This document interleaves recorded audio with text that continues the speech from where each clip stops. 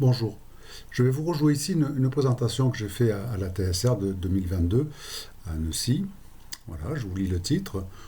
Comment j'ai pu, 30 ans après et à l'aide de Dosimex, répondre moi-même à une question que j'avais posée sur les assemblages réacteurs en piscine sans jamais obtenir de réponse, d'après une histoire vraie. Voilà. Donc c'est parti. Alors le contexte, en 90, j'étais étudiant à l'école atomique à Cherbourg. Nous visitions l'établissement de la Hague, qui s'appelait encore Cogema à l'époque, et j'ai vécu ce dialogue au bord de la piscine de stockage du combustible usé, que vous voyez ici en photo. C'est une vision assez magnifique, une eau cristalline, etc. Mais on sent qu'il y a quand même du monde dans la piscine. Voilà.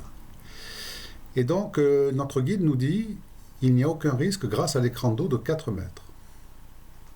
Moi, quel serait le risque en l'absence d'eau?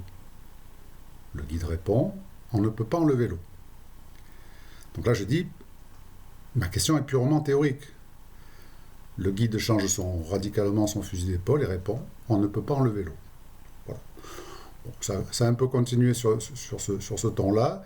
Et donc j'ai lâché l'affaire, je suis reparti avec ma question sous le bras. Alors ce que l'on peut dire, c'est que concernant la première assertion du guide, effectivement, renseignement pris récemment, donc au bord de la piscine, le débit d'équivalent de dose généré par les assemblages est non mesurable, c'est dans le bruit de fond, voilà, les gens disent on ne voit rien. Et puis sa dernière assertion, ne pas enlever l'eau, effectivement, on va voir que c'est préférable. Alors moi, ce que je vous propose 32 ans après, c'est de répondre à cette question-là sans avoir aucunement besoin de vider la piscine de la Hague. Je parle bien ici des piscines de la Hague, pas des piscines d'EDF, j'y reviendrai. Voilà. Alors, je vais partir sur des réacteurs REP 1300 MW. Donc un cœur de réacteur, c'est tout d'abord 192 assemblages qui font 4 mètres de haut, 20 sur 20 cm. Ce qui nous importe, c'est la hauteur, 4 mètres. Chaque assemblage est constitué de 260 crayons qui contiennent chacun 272 pastilles du O2, avec une masse de 7,6 grammes. Alors ça peut être du MOX, mais le problème reste similaire. On va partir sur de l'oxyde d'uranium, d'enrichissement en U5 uniquement. Voilà, donc ça nous donne 104 tonnes du O2 pour 13 millions de pastilles. Alors les hauteurs d'eau, à propos de ces fameuses hauteurs d'eau, en fait la hauteur d'eau de la piscine se décompose tout d'abord en 4 mètres d'eau qui représentent le noyage des assemblages, donc vous avez les assemblages qui affleurent juste, plus 4 mètres d'eau qui a là une fonction d'écran. D'accord ? Donc lorsqu'on videra la piscine, on le fera en 2 étapes. Alors le combustible reste en moyenne 3 ans en réacteur. Alors ça conditionne le taux de combustion ou burn-up. Puis 3 ans en piscine EDF. Ça va conditionner la durée de refroidissement. On va travailler sur des assemblages qui auront 3 ans de refroidissement, pas moins. Voilà. Alors, estimation masse de produit de fission pour 3 ans de fonctionnement. Je vous dirai pourquoi j'ai eu besoin de faire ces calculs. Un réacteur nucléaire de 1300 MW électrique, c'est à peu près 3800 MW nucléaire, avec un rendement de 24%. Donc avec 3000 MW de puissance nucléaire, en fait, ça produit en 300 par fission d'uranium 5, 3,6 10 puissance 17 joules. Voilà, l'énergie E1. Sachant qu'une fission libère en moyenne 200 MeV, E2, on peut alors calculer le nombre de fissions sur 3 ans, qui est égal à 1,1 10 puissance 28. Attention au changement d'unité, bien entendu.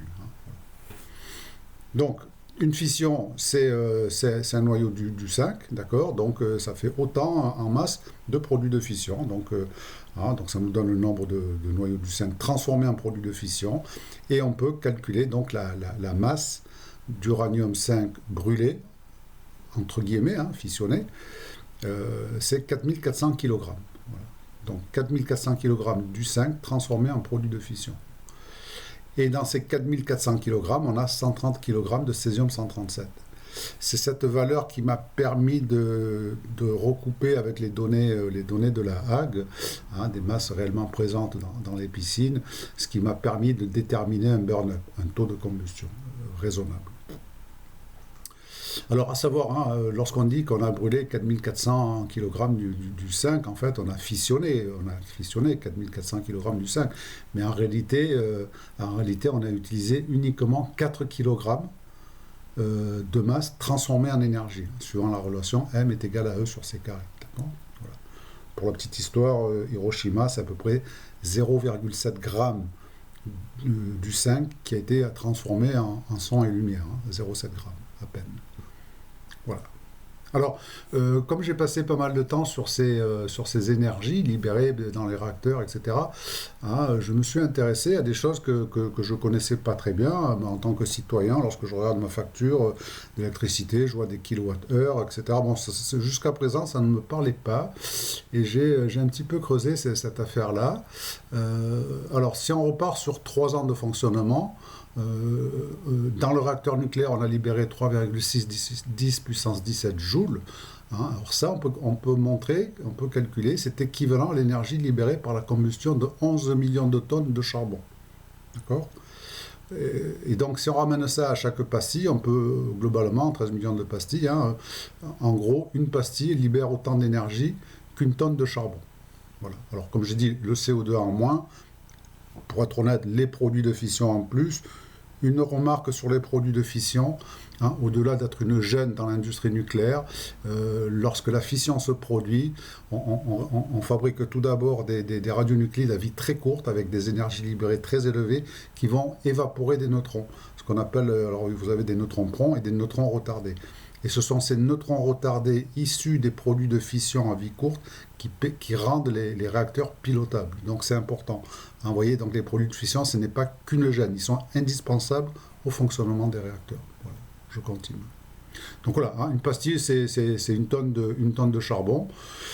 C'est l'intérêt du nucléaire, hein, c'est la densité d'énergie. Là, on travaille sur des réactions nucléaires, bon, voilà, etc. etc. Hein. Alors, si on veut se représenter cette énergie-là, hein, la rendre sensible,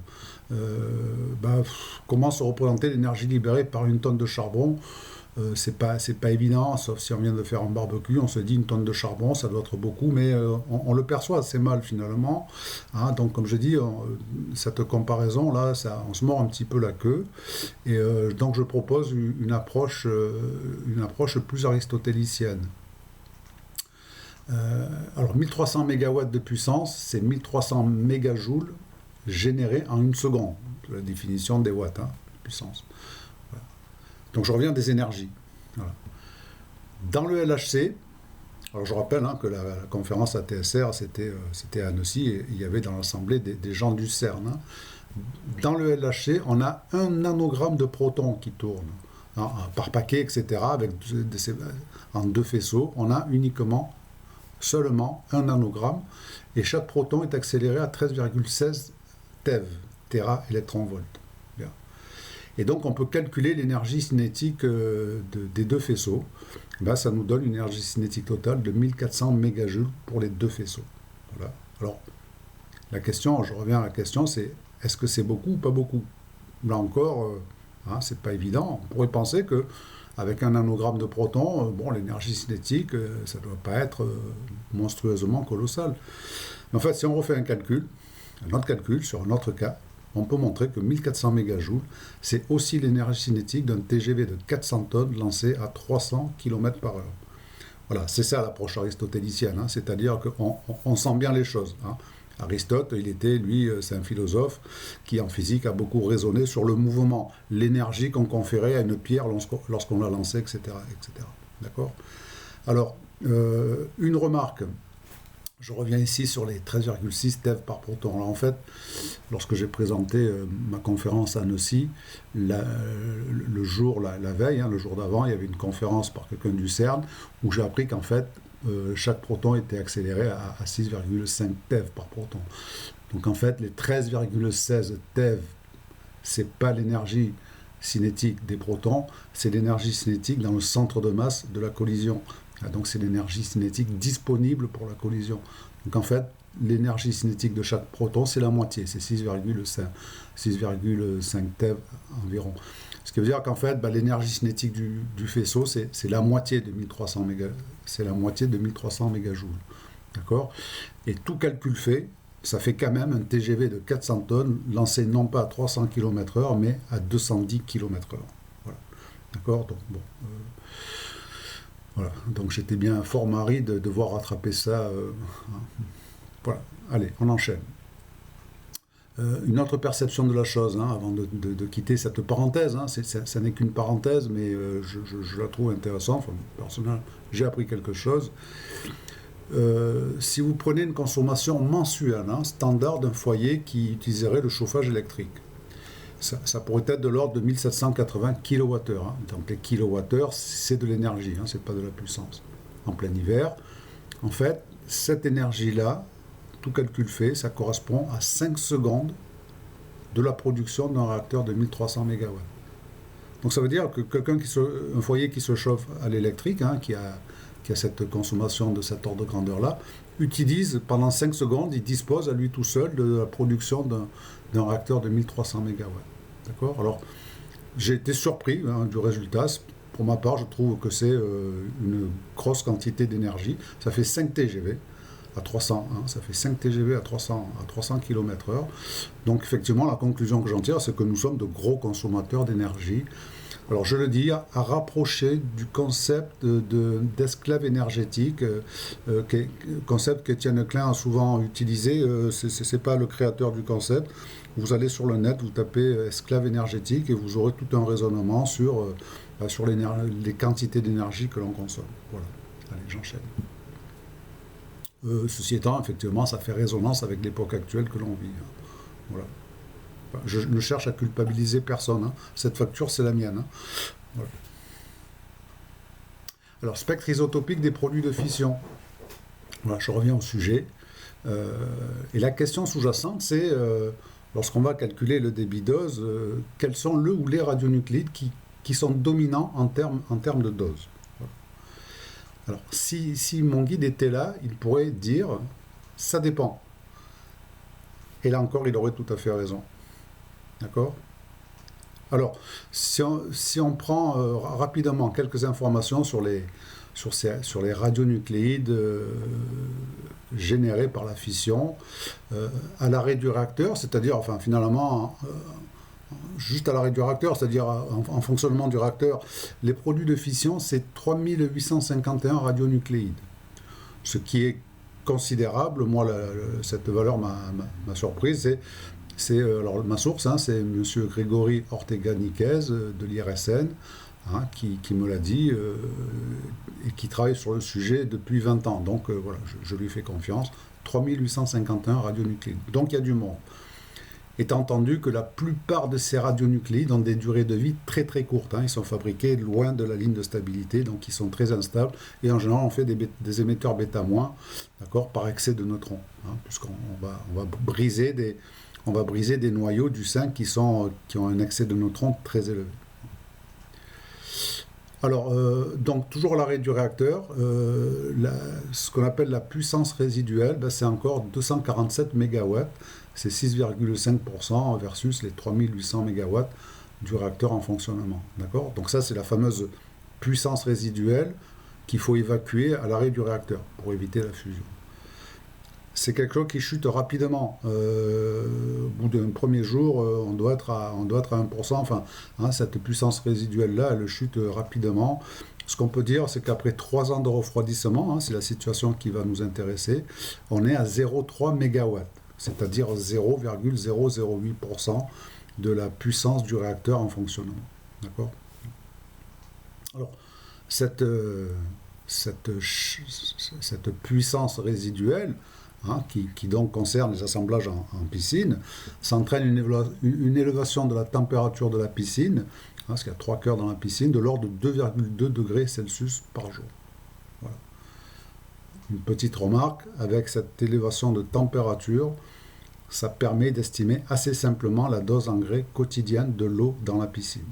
D'accord. Alors, une petite indication que je n'avais pas donnée, j'attendais la question en fait, hein, mais je ne l'avais pas donnée lors de ma présentation. En fait, pour calculer un débit dose à partir d'une élévation de température, hein, c'est le principe des bolomètres, des calorimètres, je vous donne l'information suivante, qui est facilement mémorisable. En radioprotection, une dose organisme entier homogène de 10 Gray, c'est ce qu'on appelle la dose létale. D'accord? Et 10 Gray, ça veut dire 10 Gray dans chaque centimètre cube du corps en moyenne. 10 Gray, bon, les Gray, c'est des doses, c'est de l'énergie par unité de masse, donc ça élève la température. Hein. Ça correspond à une élévation de température de 2,5 10-3 degrés Celsius. Hein, 2,5 millidegrés Celsius. Hein. Donc, comme je dis souvent, c'est pas l'élévation thermique qui est dangereuse. Hein. Voilà, c'est l'ionisation. Donc, en faisant une règle de 3, on peut calculer la dose moyenne intégrée par l'eau de la piscine, à savoir qu'il faut diviser par 2, puisque là on s'intéresse à la dose gamma, et que la puissance résiduelle, pour moitié c'est les gamma, pour moitié ce sont les électrons, ce sont les bêta-, d'accord? Voilà. Donc pour avoir la dose gamma, il faut diviser par 2 ensuite. Donc allez, j'enchaîne.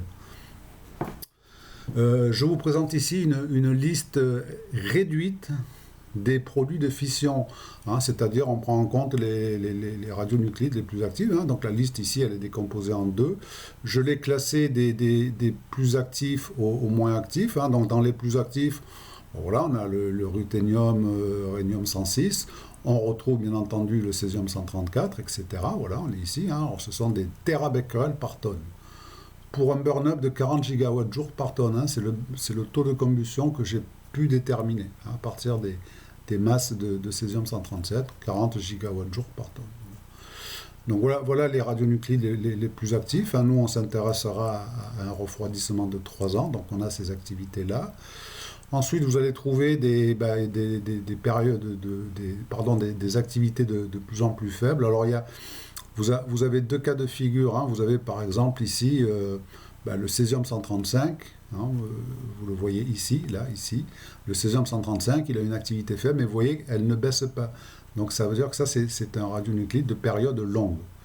Hein. Et de l'autre côté, vous avez par exemple l'iode 131, qui est bien connu, qui est là, il a une activité faible lui aussi, hein, mais on voit qu'elle chute rapidement, et puis on considère qu'il disparaît. D'accord, voilà. Donc vous avez, ici, alors ce qu'on peut noter, c'est que vous avez des courtes périodes, il y en a beaucoup. Hein, c'est la majorité à l'arrêt du réacteur. Et puis vous avez aussi des périodes longues. Hein, voilà. Alors, ce qu'on peut dire en synthèse, hein, si on fait le total en termes d'activité des produits de fission, on se rend compte que par exemple, avec un refroidissement de 3 ans, toujours ramené à la tonne de combustible irradié, on a 1,4 10 puissance 4 terabecquerel. Hein, voilà. Donc globalement, sachant qu'il y a 3 réacteurs, ce qui fait à peu près 300 tonnes, on a dans la piscine, lorsqu'elle est remplie, on a 4 millions de terabecquerels qui sont en train de baigner. Donc, comme je vous disais, effectivement, il y a du monde. Donc on peut s'attendre à des débits d'eau, si on enlève l'eau, assez redoutables. Voilà. Mais je vous rappelle qu'on ne peut pas enlever l'eau. Alors ces données, je les ai obtenues à partir, alors c'est mon camarade Gilles Barouche du SPR de Cadarache qui me les a gentiment données, et ça a été obtenu avec le code Apollo. Voilà. Toujours à partir de ce spectre isotopique, on peut déterminer, et là ça devient encore plus intéressant, on peut déterminer un spectre gamma des produits de fission, hein, toujours des gamma par seconde par tonne de combustible, pour un taux de combustion toujours de 40 gigawatts-jour par tonne. D'accord, donc vous avez ici les activités, hein, donc vous voyez des activités redoutables. Alors c'est plus intéressant de le mettre sous forme de graphique, hein, voilà, vous avez donc le spectre gamma.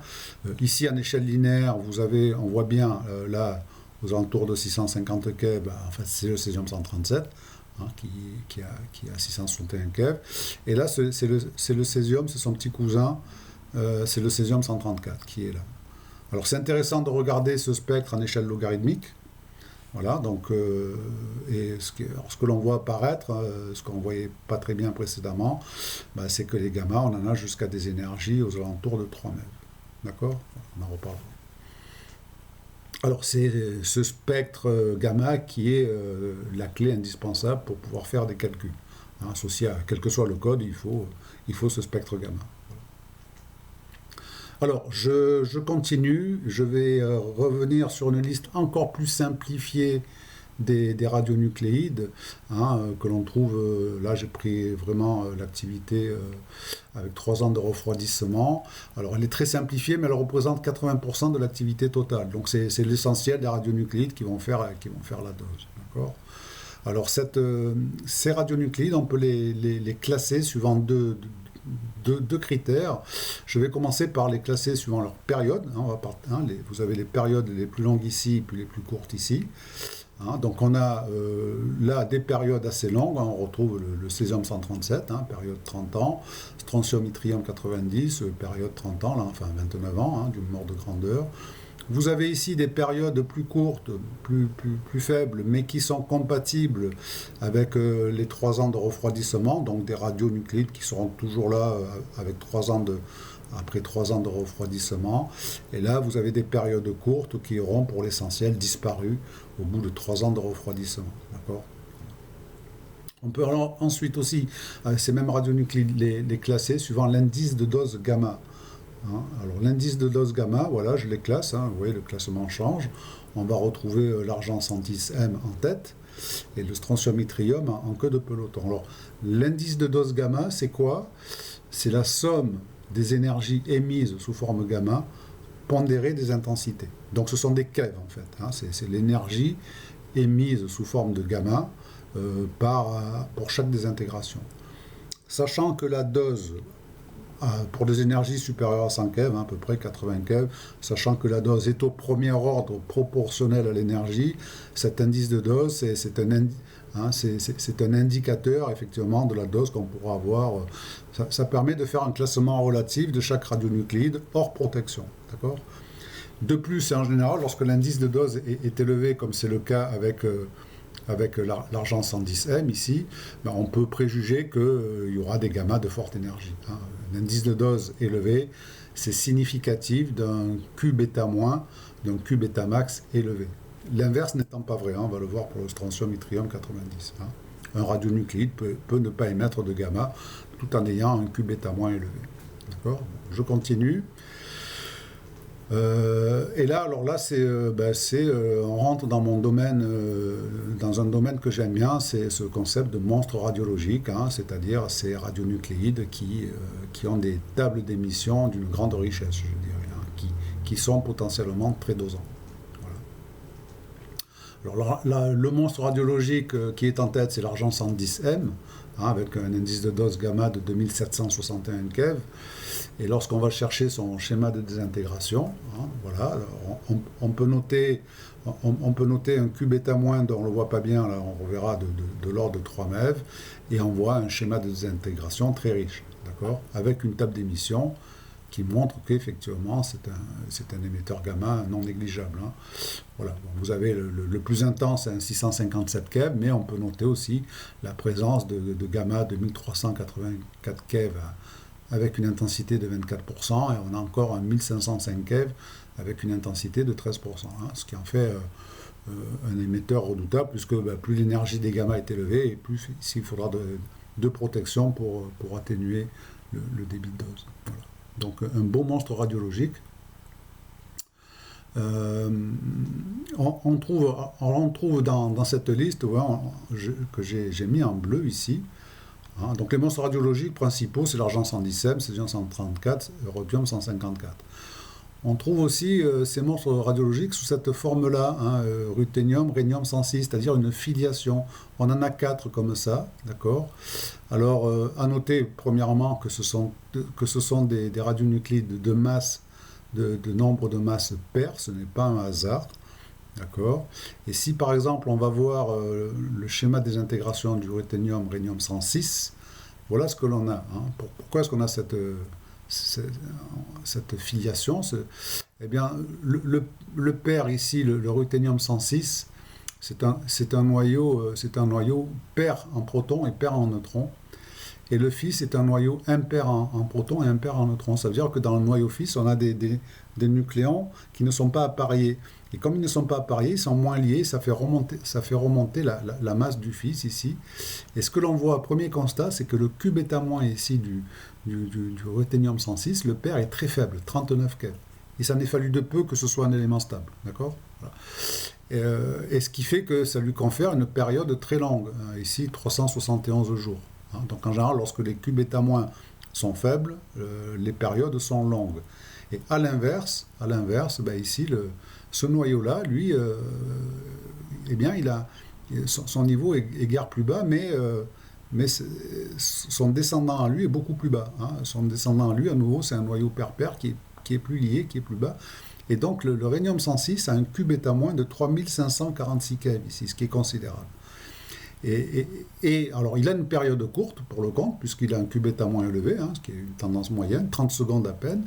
Mais dans l'affiliation, c'est son père qui lui impose une période, je dirais, à l'équilibre séculaire de 371 jours. Donc ça en fait un radionucléide avec une pseudo-période longue. Voilà. Donc c'est pour ça que... Alors ça, c'est un scénario qui se répète dans toutes les paraboles de masse des isobars pairs, d'accord ? Voilà. La possibilité d'avoir des filiations de ce type. Un père avec une période courte qui dégage peu d'énergie, et un fils avec une période longue par contre, mais qui dégage peu d'énergie, et un fils avec une période courte avec beaucoup d'énergie. Voilà.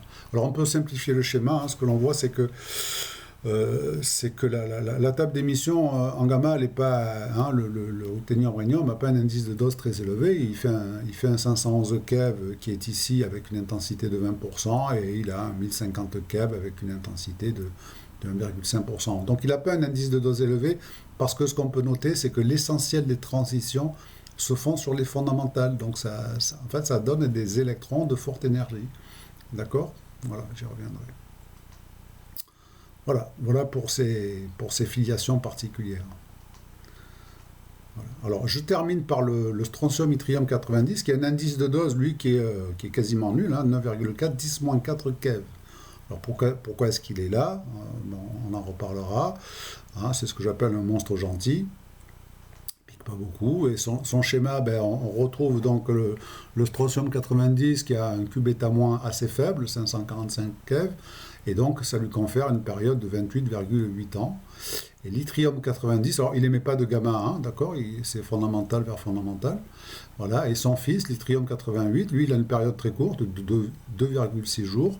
Par contre, on retrouve un Q bêta- élevé de 2,2 MeV, d'accord.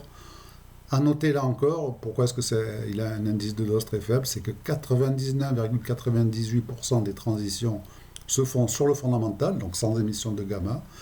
Et on a deux niveaux excités qui sont atteints. Un niveau à 1760 keV qui est pour l'essentiel converti, c'est-à-dire il n'émet que des électrons de conversion.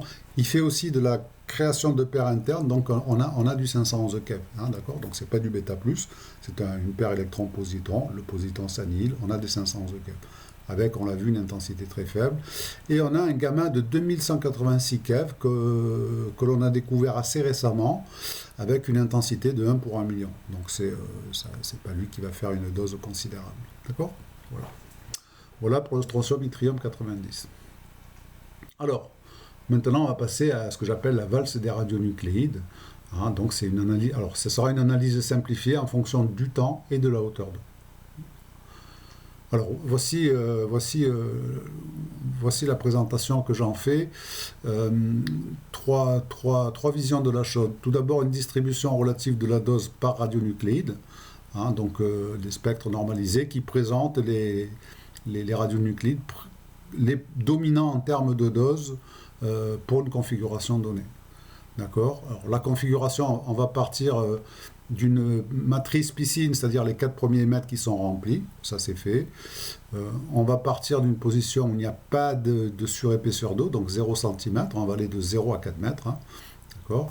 Et on a une durée de refroidissement de 0. En fait, j'ai fait recroître le spectre dont je disposais, d'accord ?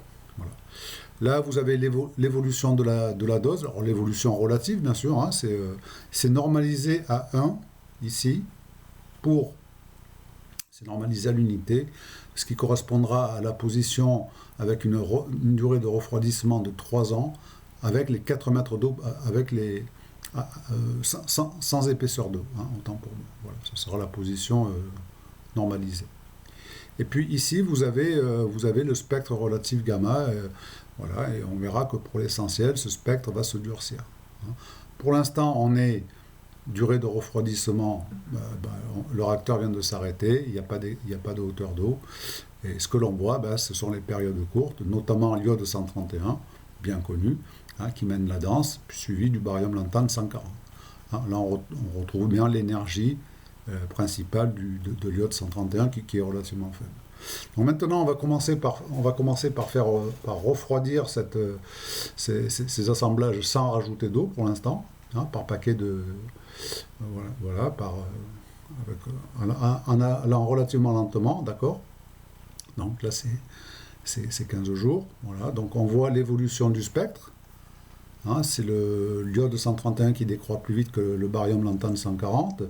On voit le spectre qui se durcit un peu. On a vu l'évolution de la dose qui baisse. Hein. Voilà, donc on continue. Voilà, donc et on voit les périodes courtes qui disparaissent, le spectre qui se durcit. Voilà, on va s'approcher. Puis là, on va voir apparaître les monstres radiologiques. Hein, les périodes courtes vont disparaître. Là, on va aller un petit peu plus vite, par paquet de 6 mois. Et donc, voilà, on voit l'argent 110M et le césium 134 qui apparaissent, hein, des beaux monstres radiologiques. Voilà, on voit. Donc, alors, là, c'est essentiellement le césium 134 hein, qui domine avec une énergie autour de 700, je n'ai plus la valeur exacte, 730 keV, quelque chose comme ça, voilà. Hein, c'est le césium 134. Et voilà, donc au bout de 3 ans, hein, là, l'évolution de dose est normalisée à l'unité. Donc c'est un refroidissement de 3 ans. Et ce qui mène la danse, là, maintenant, c'est le césium 134, suivi par le césium 137, qui n'est pas un gros émetteur gamma, mais qui a une activité relativement élevée. Voilà. Et donc maintenant, on va mettre l'écran d'eau. D'accord, c'est parti. Donc 1 mètre. Alors, ouais, coucou les monstres radiologiques. Ok, allez, au revoir. Donc on va y aller par paquet d'1 mètre hein, directement. Donc 1 mètre. Voilà. On voit donc le césium 137 qui a chuté assez rapidement. Le césium 134 domine toujours. Puis là, on voit apparaître les fameux monstres radiologiques. Argent 110M, europium 154, qui sont de gros émetteurs gamma. On voit la chute relative hein, en termes de dose. Hein, c'est un facteur 1000 globalement par mètre d'eau. Hein, voilà, à retenir. Et bien entendu, ce qu'on va voir aussi là, de façon imparable, c'est le durcissement du spectre. On va filtrer les basses énergies et laisser passer les fortes énergies. Allez, c'est parti, 2 mètres.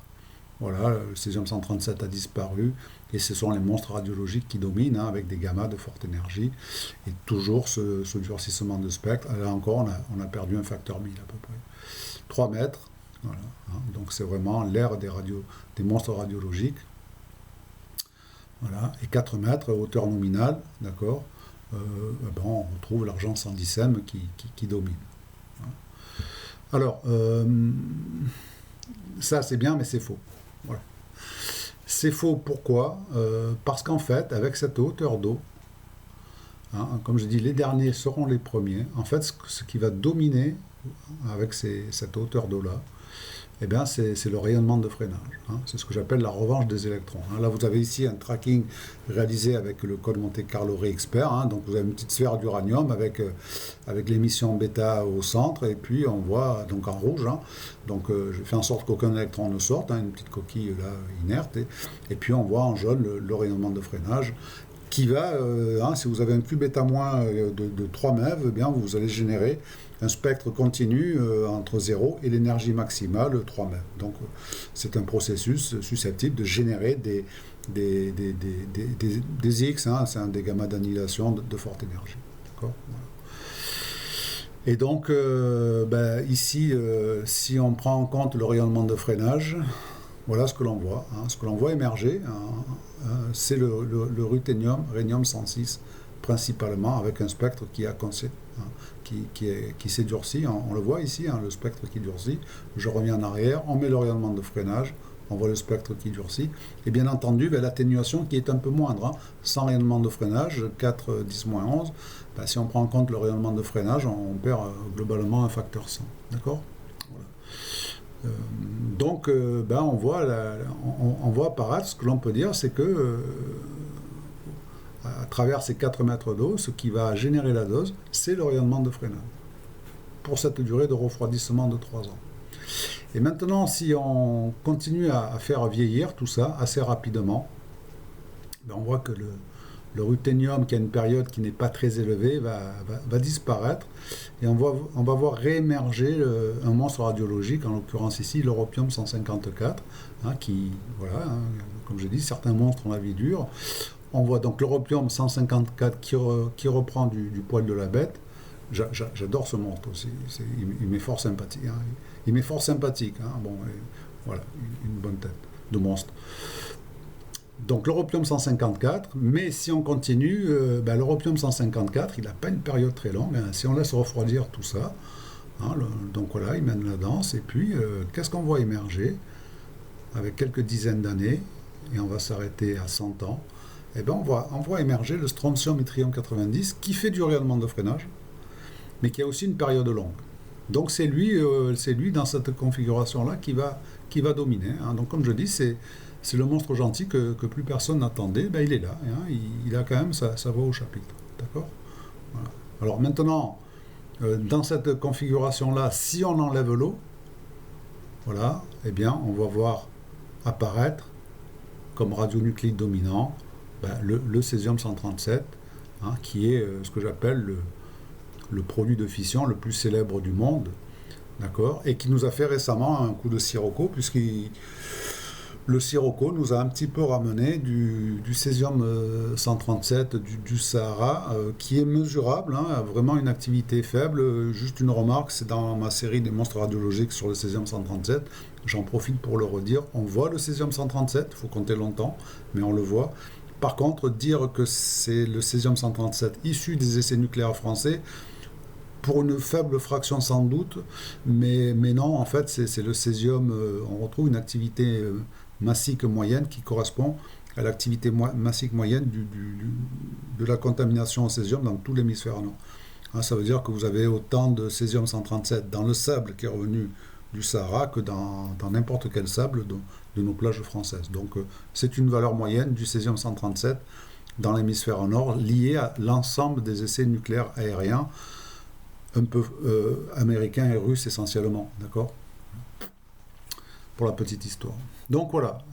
Alors maintenant, si on commence à vraiment enclencher le facteur temps sur des périodes beaucoup plus longues, sur des paroles d'un poème de Charles Baudelaire et d'une chanson de Mylène Farmer, que je vous conseille, on voit donc par paquet de 500 ans, ce que l'on va voir, c'est que le césium 137 finit par s'effacer au profit des périodes plus longues. Alors là, je n'ai que l'argent 108e, mais en réalité, des périodes longues, il y en a des centaines, donc c'est purement symbolique. C'est pour dire, voilà, au bout sur les durées géologiques longues, ce qu'il va falloir gérer, ce sont les périodes très longues, qui ont des activités spécifiques, des activités massiques très faibles, mais qui sont en quantité non négligeable et qui ont des périodes effectivement très très longues. Voilà, l'argent 108e.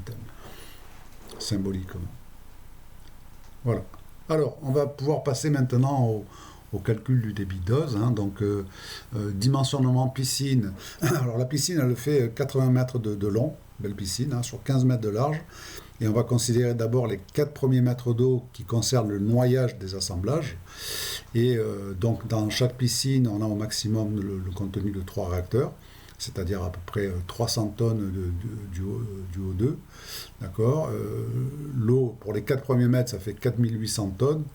Donc, et on va partir, faute de mieux, puisqu'avec Dosimex, on ne modélise que des matrices homogènes. On va faire une hypothèse simplificatrice. On va considérer une matrice homogène, mélange d'eau et d'uranium. Et comme il y a finalement, en termes de masse, l'uranium, il n'y en a pas tant que ça fait un mélange uranium O200 H400 à 1,06 g par centimètre cube. C'est-à-dire beaucoup d'eau avec un petit peu d'uranium qui baigne. D'accord? Voilà. Alors, cette hypothèse simplificatrice qui consiste à homogénéiser la matrice source, hein, elle est un petit peu, je dirais, un petit peu gonflée, hein, parce que là, on est vraiment sur un système hétérogène. Hein, vous avez les assemblages et puis qui baignent dans l'eau. Bon, c'est vraiment hétérogène. Est-ce que ça tient le choc? Alors en général, moi j'ai pu constater que ça marchait bien, parce que ce qui compte, notamment sur les gros volumes, c'est les quantités de matière traversées. Les répartitions, ça devient secondaire, sauf si vous travaillez sur des petits systèmes. Hein. J'ai quand même fait un calcul avec RxPer en comparant un scénario homogène d'un bout de la piscine, hein, je n'ai pas modélisé toute la piscine, avec un scénario hétérogène, hein, on trouve ici des assemblages, et bien en fait, après quelques heures de calcul, hein, et voilà, on constate que l'écart entre les deux ici est inférieur à 10%. Hein, donc ce scénario, cette hypothèse d'homogénéité de la matrice tient assez le choc. Voilà. Donc, je continue. Donc, les 4 premiers mètres d'eau, ça sera de l'UO 200 H400 à 1,06 g par centimètre cube. D'accord? Et puis, on aura l'écran d'eau de 4 mètres. Et on va positionner quelqu'un qui serait au bord de la piscine, qui serait à 3 mètres au-dessus de la surface de l'eau. D'accord? Donc, on va prendre cette configuration-là. Et donc, on va modéliser avec Dosimex GX.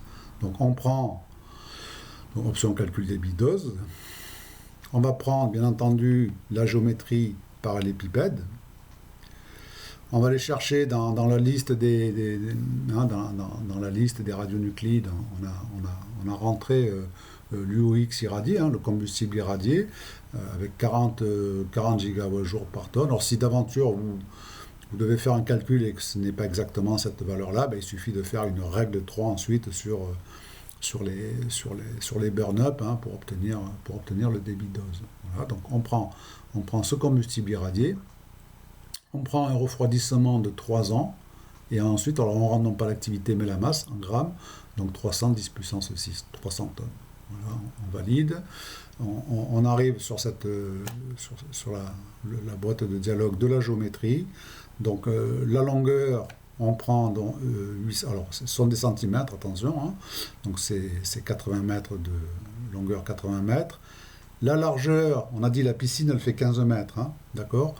Ici, en fait, on prend 30 mètres, pourquoi? Parce que dans ce calcul-là, on calcule au centre du parallélépipède, d'accord? Et si on veut calculer au bord de la piscine, être au bord de la piscine, ça revient en fait à avoir une piscine de 15 mètres devant, avec la moitié de l'activité, et la même piscine derrière, avec là encore la moitié de l'activité. Donc vous êtes au bord de 2 demi-piscines. Ce qui revient à dire que en répartissant l'activité sur une largeur de 30 mètres, ça revient à calculer au bord d'une piscine de 15 mètres. D'accord? Voilà. Ça permet de déplacer le point où on fait le calcul de dose. La hauteur, la hauteur c'est 4 mètres. Hein, ça c'est le noyage. Le matériau source, la matrice, on a pu rentrer, puisqu'on peut rentrer, hein, sur Dosimex les matériaux que l'on veut, UO 200 H400 avec une masse volumique de 1,06. D'accord? Voilà. On met une distance de 7 mètres. Hein, on est à 7 mètres par rapport, hein, les distances que l'on rentre sous Dosimex, c'est toujours par rapport à la surface de la matrice source. Et sur ces 7 mètres, on va placer 4 mètres d'eau qui représentent donc l'écran d'eau. Et il ne reste plus qu'à lancer le calcul, à attendre quelques minutes. Voilà, et donc le résultat est... Donc ça c'est la configuration, l'eau est présente, on est au bord de la piscine. Quel est le débit de dose auquel on est exposé? C'est suivant ce calcul-là, 0,343 nanosieverts par heure. Donc c'est vraiment, j'avoue avoir été surpris par le résultat, d'accord? Hein, en fait, l'écran d'eau est redoutablement efficace.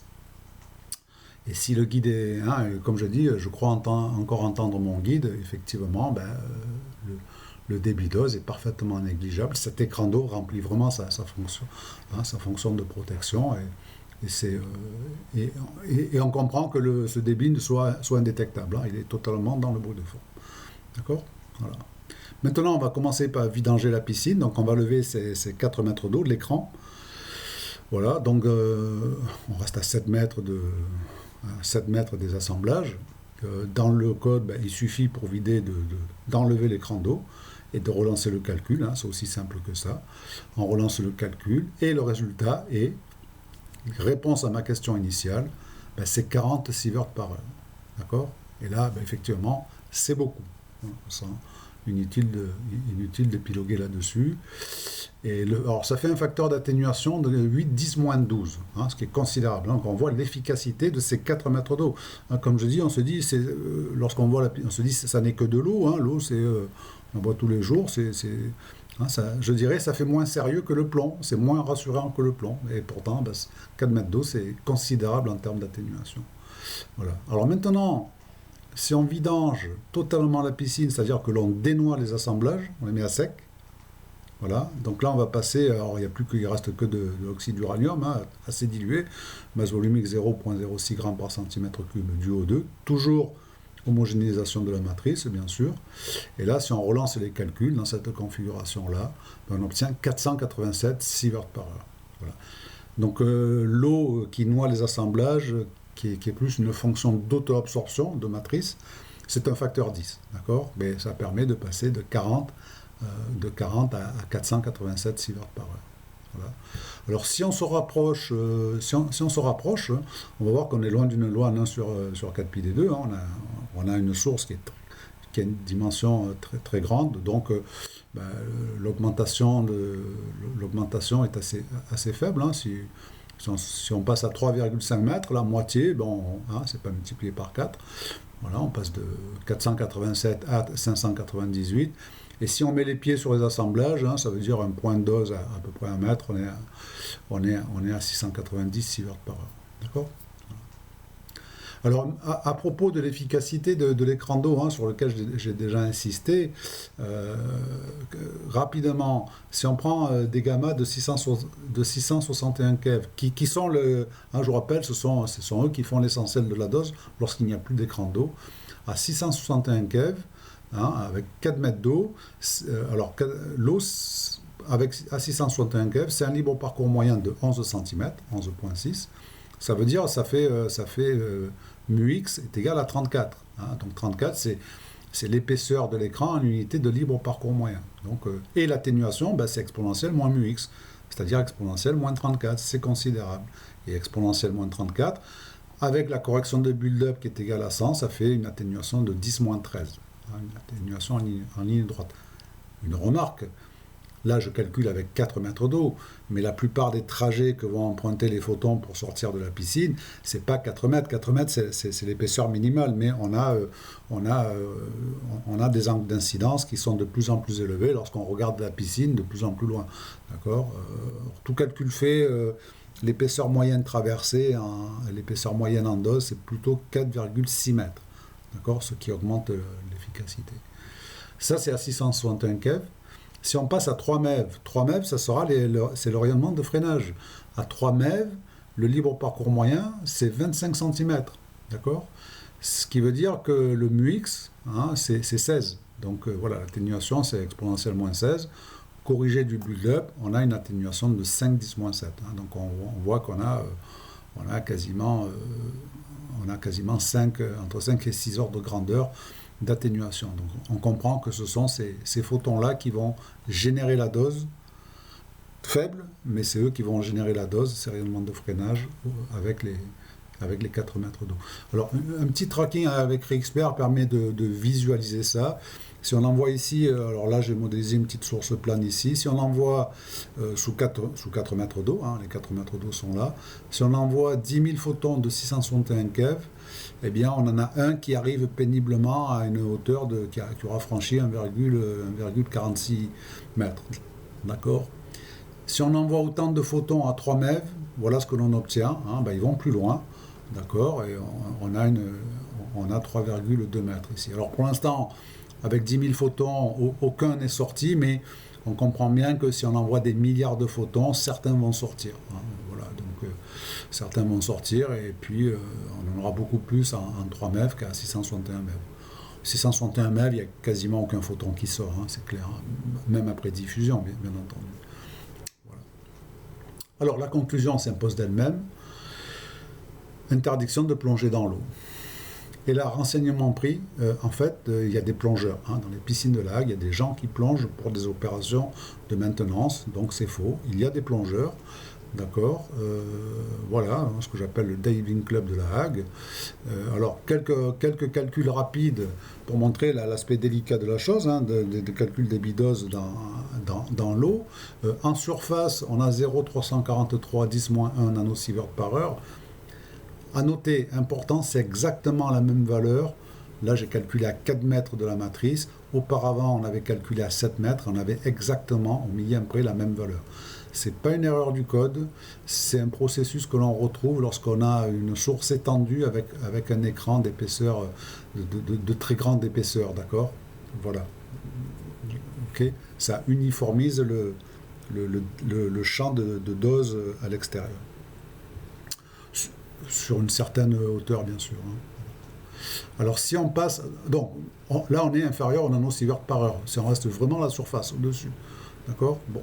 Si on est à 1 mètre de profondeur, on va passer dans le nanosievert par heure. Hein, 44 nanosievert par heure. Encore 1 mètre, on passe au microsievert par heure. Donc, vous voyez, c'est vraiment violent, hein, comme progression. À 1 mètre des assemblages, on est dans le millisievert. Et si on vient de toucher les assemblages, on est dans le sievert. Donc s'il y a des plongeurs, il y a des plongeurs, je suppose qu'ils restent quasiment en surface et qui sont astreints à une maîtrise de la profondeur max hein, de façon rigoureuse. Voilà. Donc la vraie conclusion, je vais la laisser à mon guide, hein, qui dit toujours la vérité, vous l'aurez remarqué. Hein, donc si on écoute mon guide, en fait, on ne peut pas enlever l'eau. Voilà. Je vais le terminer là-dessus, et c'est une bonne chose. Donc merci de votre attention, et puis donc n'hésitez pas à aller faire un tour sur la chaîne YouTube d'Osimex, où vous trouverez moult vidéos, et notamment une petite série que j'ai attaquée là depuis quelques mois. Donc j'ai fait un top 15 des monstres radiologiques, en commençant par les moins dosants. Donc j'ai commencé naturellement par l'Yttrium 90, qui est vraiment en bas du classement, mais qui, avec son rayonnement de freinage, existe, hein. Voilà, puis ensuite le ruthénium rhodium 106, l'iode 131, hein, qui est passé à la télé récemment, et puis le césium 137. Voilà. Le prochain, ce devrait être sur les radionucléides utilisés en médecine nucléaire, et là c'est d'une grande richesse, et plus je creuse et plus j'en trouve. Et alors une dernière vidéo que je conseille, c'est que vous trouverez, que j'ai appelé DED constant versus distance. C'est montrer qu'effectivement, une configuration avec une source étendue et une protection non négligeable, on peut générer un champ de dose relativement uniforme sur une assez grande distance. D'accord ? Donc ça, c'est calculé avec Dosimex, mais vérifié avec le code Monte Carlo Re-Expert. Voilà. Et puis, n'hésitez pas à faire un tour sur notre site Dosimex. Hein. Là, c'est un QR code qui permet d'accéder au site. Hein. Sinon, vous tapez dosimex.fr et vous y accédez. Voilà, je vous remercie. Au revoir.